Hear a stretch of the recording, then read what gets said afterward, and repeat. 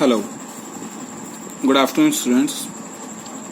जैसा कि हम लोग आपसे पहले बता चुके हैं कि इससे पहले वाली वीडियो में जो राज्य के नीति निर्देशक तत्व हमने आप लोगों को बताए थे, जिन 5 पॉइंट्स के बारे में हमने आपसे डिस्कस किया था और आपसे कहा था कि अगली वीडियो जो भी हमारी राज्य के नीति निर्देशक तत्व पर आने वाली है उसमें हम आपको उसका विस्तृत विवरण जो है वो देंगे। अनुच्छेदवार राज्य के नीति निर्देशक तत्व क्या हैं, कैसे हैं, वो सारी चीजें हम आपको इसमें बताने वाले हैं। तो चलिए स्टार्ट करते हैं राज्य के नीति निर्देशक तत्वों के बारे में। तो राज्य के नीति निर्देशक तत्व क्या होते हैं? जैसे मैंने आपको बताया था कि राज्य के नीति निर्देशक तत्व का मतलब वे नीति निर्देशक तत्व जिनके अंतर्गत राज्य जो है कार्य करता है। तो देखिए, अनुच्छेद 36 में राज्य के नीति निर्देशक तत्व की परिभाषा दी गई है, यानी कि इसमें उनको बताया गया है, यानी कि इसमें बताया गया है कि राज्य क्या है। राज्य का वही अर्थ है जो भाग 3 में बताया गया है। ठीक, अनुच्छेद 37 में इनको लागू किया गया है। नीति निर्देशक तत्वों को लागू करना किसके अंतर्गत आता है? राज्य के नीति निर्देशक तत्वों को अनुच्छेद 37 के द्वारा लागू किया गया है। जैसे अनुच्छेद 12 और 13 मौलिक अधिकारों के अंतर्गत हैं। 12 में परिभाषा है, 13 में उनको लागू किया गया है, 14 से जो है उनको परिभाषित विस्तृत रूप से जो है बताया गया है। मेन जो अनुच्छेद है वो है अनुच्छेद 38। अनुच्छेद 38 में राज्य के नीति निर्देशक तत्वों के अंतर्गत बताया गया है, राज्य लोक कल्याण के विकास के लिए सामाजिक व्यवस्था बनाएगा। यानी कि राज्य का क्या काम है? राज्य का काम है कि वो लोक कल्याण के विकास के लिए, यानी कि जनता के विकास के लिए सामाजिक व्यवस्था को बनाए रखेगा। ठीक, राज्य ऐसी सामाजिक व्यवस्था बनाएगा जिसमें आर्थिक, सामाजिक, राजनीतिक, न्याय सभी तरीके की संस्थाएं शामिल हों, लोगों का कल्याण हो सके। ठीक, इसके बाद अनुच्छेद 39 राज्य द्वारा अनुसरणीय कुछ नीति तत्व। इसमें जो है राज्य द्वारा निर्धारित कुछ जो है नीति तत्व आते हैं अनुच्छेद 39 में। वो क्या क्या हैं मैं आपको बता देता हूँ, जिसमें क, ख, ग ऐसे कुछ बंटवारे हैं। 39 का भी है एक अनुच्छेद, लेकिन मैं पहले इसको आपको बता देता हूँ कि इसके अंतर्गत कौन कौन से नीति तत्व जो है निर्धारित किए गए। पहला, पुरुष एवं स्त्री सभी नागरिकों को समान रूप से जीविका के साधन पर्याप्त रूप से मिल सकें। यानी कि इसका पहला पॉइंट है, वो नीति है कि चाहे पुरुष हो चाहे स्त्री हो, सभी नागरिकों को समान रूप से जीविका के पर्याप्त साधन मिल सकें। इसके अंतर्गत जो कुछ तत्व हैं उनके बारे में मैं आपको बता रहा हूँ। दूसरा, समुदाय के भौतिक संसाधनों का स्वामित्व, यानी कि जो कोई समुदाय है उसके भौतिक यानी कि उसकी बेसिक नीड्स के संसाधनों का स्वामित्व और नियंत्रण इस प्रकार बटा हो जिससे सामूहिक हित का सर्वोत्तम रूप से साधन हो, जिससे सामूहिक हित का सर्वोत्तम रूप से साधन हो सके। ठीक, नेक्स्ट, आर्थिक व्यवस्था इस प्रकार चले, यानी कि जो आर्थिक व्यवस्था है वो इस प्रकार चले जिससे धन और उत्पादन साधनों का सर्वसाधारण के लिए अहितकर संकेंद्रण ना हो सके। यानी कि जो उत्पादन हो उसका किसी तरीके से संकेंद्रण यानी कि भंडारण ना हो सके, वो सबके लिए समान रूप से बट पाए। नेक्स्ट, पुरुष और स्त्रियों दोनों का समान कार्य के लिए समान वेतन होना चाहिए। यानी कि अगर कोई भी कार्य करता है, चाहे वो पुरुष हो चाहे वो स्त्री हो, अगर एक तरीके का काम कर रहे हैं तो उनको समान कार्य के लिए समान वेतन दिया जाना चाहिए। नेक्स्ट, पुरुष और स्त्री कामगारों के स्वास्थ्य और शक्ति का तथा बालकों की सुकुमार अवस्था यानी कि बचपन की अवस्था का दुरुपयोग ना हो। ठीक है, उनकी शारीरिक अवस्था का पुरुष और स्त्री की और बच्चों की सुकुमार अवस्था का दुरुपयोग न हो, और आर्थिक आवश्यकता से विवश होकर नागरिकों को ऐसे रोजगारों में न जाना पड़े, यानी कि पैसे से जो है आर्थिक आवश्यकता से मतलब विवश होकर किसी व्यक्ति को ऐसे काम में न जाना पड़े जो उसकी आयु या शक्ति के अनुकूल न हो, यानी कि उसे अपने शारीरिक क्षमता और अपनी आयु के अगेंस्ट जाकर कोई काम करना पड़े। नेक्स्ट, बालकों को स्वतंत्र और गरिमामय वातावरण में स्वस्थ विकास के अवसर प्रदान किए जाएं, यानी कि उन्हें स्वतंत्र छोड़ा जाए, गरिमामय बनाने के लिए ऐसा वातावरण बनाया जाए जिससे उनका विकास पूरे तरीके से हो सके। ठीक, तो आप आर्टिकल 39 समझ गए। अब मैं आपको बताता हूं आर्टिकल 39 का। इसमें कहा गया है समान न्याय और निःशुल्क विधिक सहायता। समान न्याय से मतलब है राज्य यह सुनिश्चित करेगा कि विधिक तंत्र द्वारा यानी कि विधियों द्वारा इस प्रकार काम करे, यानी कि विधिक तंत्र यानी कि प्रशासन इस प्रकार काम करे कि समान अवसर के आधार पर न्याय सुलभ हो सके। अगर समान अवसर हैं तो उसके आधार पर समान न्याय हो, चाहे वो आर्थिक हो, चाहे वो राजनीतिक हो, चाहे वो सामाजिक हो, सबको समान न्याय मिल सके। और वह विशिष्टता यानी विशेष रूप से यह सुनिश्चित करने के लिए कि यह भी सुनिश्चित करे कि आर्थिक या किसी अन्य कारण से, आर्थिक रूप से या किसी अन्य कारण से कोई न्याय प्राप्त करने के अवसर से वंचित न रह जाए, या कि उस पर पैसा ना है या कोई और व्यवस्था नहीं है जिसके कारण वो जो है न्याय प्राप्त करने से वंचित रह जाए। ठीक है, निःशुल्क विधिक सहायता का मतलब यही है, चाहे उसको फ्री किसी भी तरीके से व्यवस्था करे, सरकार उसको केस वकील मुहैया कराए, लेकिन जो है वो किसी तरीके से ऐसी परिस्थिति में ना हो जिससे उसको न्याय न मिल सके। ठीक, अब देखते हैं अनुच्छेद 40 ग्राम पंचायतों का संगठन। आप सब जानते हैं ग्राम पंचायत यानी गांवों में जो पंचायत लगती है, एक ऐसी शक्ति जिसको हम शक्ति का विकेंद्रीकरण भी कहते हैं, सत्ता का विकेंद्रीकरण भी कह सकते हैं। उसका सबसे छोटा पॉइंट होता है ग्राम पंचायत, जो अनुच्छेद 40 के द्वारा संगठित किया गया है। ठीक, ग्राम पंचायतों का जो संगठन भारतीय संविधान में हुआ है वो अनुच्छेद 40 के द्वारा हुआ है। नेक्स्ट, अनुच्छेद 41 कुछ दशाओं में काम, शिक्षा और लोक सहायता पाने का अधिकार। यानी कुछ परिस्थितियां ऐसी हो सकती हैं, अगर वो आर्थिक सामर्थ्य में हो या विकास की क्षमताओं के भीतर हो, अगर वो काम पाना चाहता है, वो शिक्षा पाना चाहता है, वो बेकार व्यक्ति है, बुढ़ापे में, निःशुल्क है, निःशक्त है, बीमारी से ग्रसित है, तो उसमें उसको लोक सहायता पाने का अधिकार होना चाहिए। यानी कि सरकार द्वारा जो प्राप्त सहायताएं हैं वो पाने का अधिकारी वो है कुछ ऐसी दशाओं में भी। अनुच्छेद 42 काम की न्याय संगतता।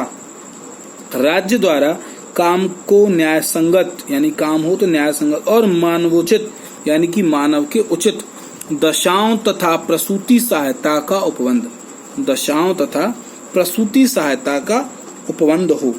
नेक्स्ट, अनुच्छेद 43। अनुच्छेद 43 में कहा गया है कर्मकारों के लिए निर्वाह मजदूरी, यानी कि जो कामगार हों, जो कर्मकार हों, उनको उनके काम के हिसाब से उचित मजदूरी प्राप्त की जाए। यानी कि राज्य उपयुक्त विधान या आर्थिक संगठन द्वारा, ठीक है, किसी अन्य रीति से, चाहे वो कृषि हो, उद्योग हो या अन्य प्रकार के कोई कामगार हों, चाहे वो मजदूरी करते हों, अपने जीवन स्तर को कैसे बिताते हों, उनको जो है पूरे तरीके से प्रयास करे कि उनके काम के हिसाब से मजदूरी मिले।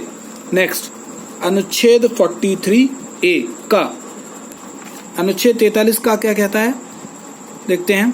उद्योगों के प्रबंध में कामगारों का भाग लेना, यानी कि जो उद्योग हैं उनके प्रबंध में कामगारों का भाग लेना। किसी राज्य किसी उद्योग में लगे हुए उपक्रमों, यानी कि जो उसमें लगे हुए हैं उपक्रम हैं, संस्थानों या अन्य संगठनों के प्रबंध में कामगारों का भाग सुनिश्चित करे, यानी कि उसमें उनकी भागीदारी सुनिश्चित करे।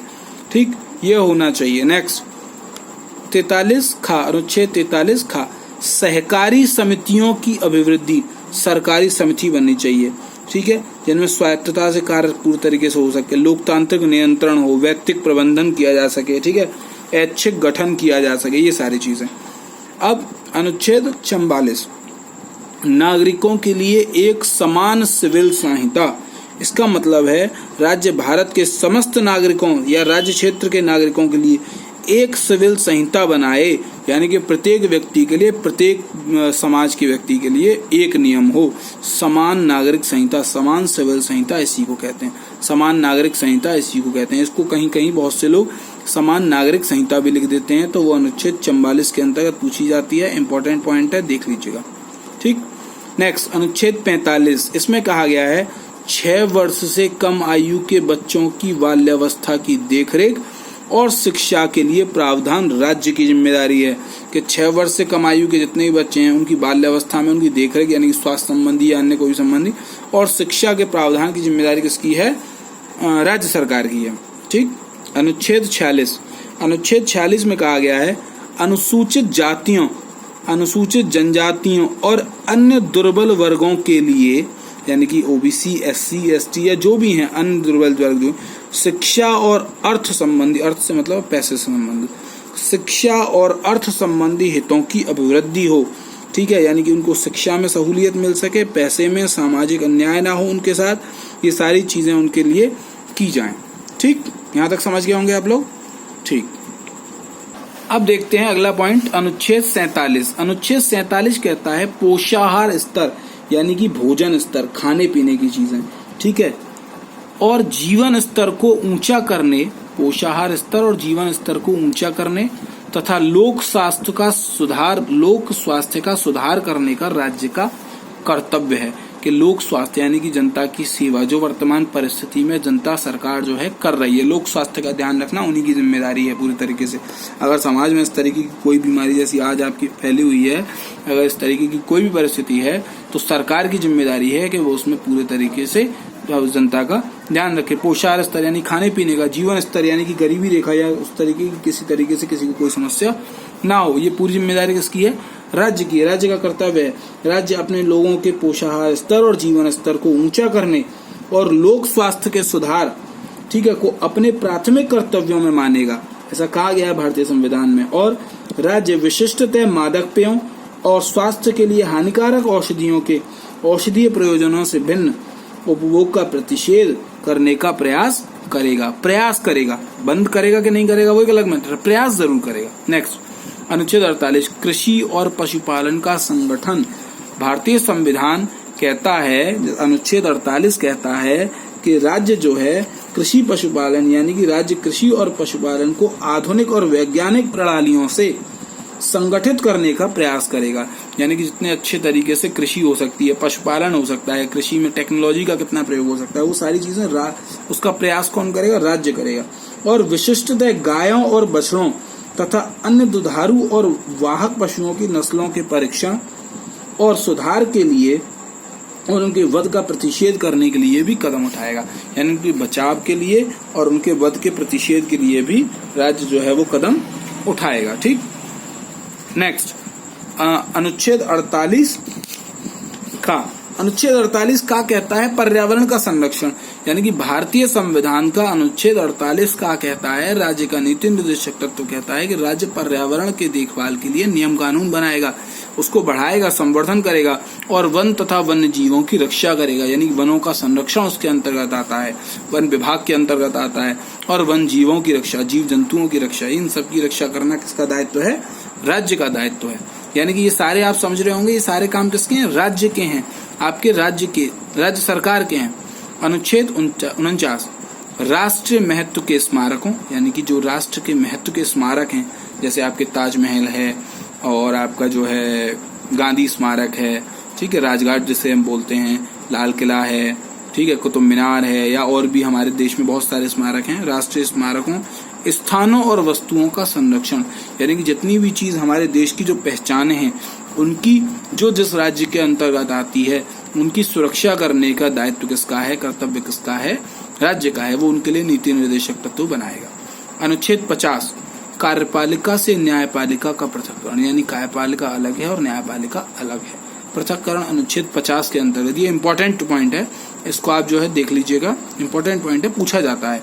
कार्यपालिका से न्यायपालिका का पृथक्करण भारतीय संविधान के अनुच्छेद 50 के अंतर्गत किया जाता है, क्योंकि कार्यपालिका जनता के हित को ध्यान में रख के कार्य करती है और न्यायपालिका उस कार्य की व्याख्या करती है कि वो सही है या गलत है। अगर गलत है तो उसके लिए कदम उठाएगी और सही है तो उसकी सुरक्षा में कदम उठाएगी। ठीक, और लास्ट अनुच्छेद 51 अंतर्राष्ट्रीय शांति और सुरक्षा की अभिवृद्धि, यानी कि भारतीय संविधान अंतर्राष्ट्रीय शांति और सुरक्षा के विकास के रूप में काम करेगा, जिसमें राष्ट्रों के बीच न्याय संगतता, सम्मानपूर्ण संबंधों को बनाए रखना, ठीक है, संगठित लोगों को एक दूसरे से व्यवहारों में अंतर्राष्ट्रीय विधि, संधि, बाध्यताओं के प्रति आदर बढ़ाने का कार्य करना, अंतर्राष्ट्रीय विवादों में मध्यस्थता करना, उन्हें निपटाना, उनको प्रोत्साहित करना कि शांति बनाए रखें। इन सब तरीके के कामों के लिए जो है राज्य जो है नियम कानून तैयार करेगा।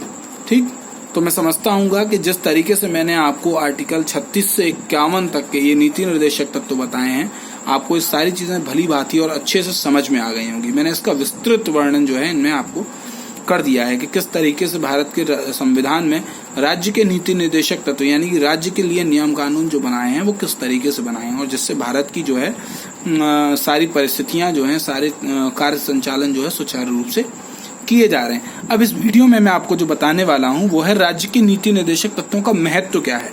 महत्व से मतलब है कि उनके क्या मतलब हैं, किस चीज के लिए बनाए गए।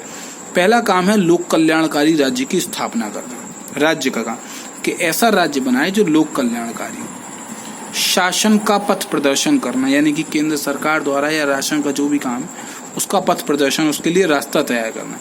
निदेशक तत्वों के पीछे जनमत की शक्ति, जो निदेशक तत्व हैं उनके पीछे जनमत की शक्ति है, जनता की शक्ति है। मूल अधिकारों के पूरक हैं, ठीक है, वो हमारे अधिकार हैं और ये हमारे लिए मिले हुए हैं, ठीक। संविधान की व्याख्या में सहायक भी है, संविधान की व्याख्या इसके अंतर्गत की जा सकती है, ठीक। तो मैं समझता हूँ कि आप लोगों को ये सारी चीज़ें भली भांति समझ में आ गई होंगी, आप लोगों को मेरा पढ़ाया भी समझ में आ रहा होगा। मैंने जिस तरीके से आपसे कहा था कि मैं आपको एक विस्तृत वर्णन राज्य के नीति निर्देशक तत्वों का दूंगा वो मैं आपको दे पाया हूँगा और आप उन चीज़ों को मेरी को अच्छे से समझ पाए होंगे। आपके दिमाग में एक मोटी मोटी इमेज बन गई होगी कि राज्य के नीति निर्देशक तत्व क्या हैं। राज्य के नीति निर्देशक तत्व वो हैं जो राज्य आपके लिए कार्य करते हैं और आपके राज्य के कार्य संचालन के लिए कुछ नीति निर्धारण करते हैं, यानी कि राज्य की शासन व्यवस्था कैसे चलेगी उसके लिए नियम कानून तैयार करना इसके अंतर्गत आता है, ठीक है। सो प्लीज आप मेरे वीडियोस को देखें, पढ़ें, मेरे चैनल को सब्सक्राइब करें, वीडियोस को लाइक करें और ज़्यादा से ज़्यादा लोगों के साथ शेयर करें। Thank you.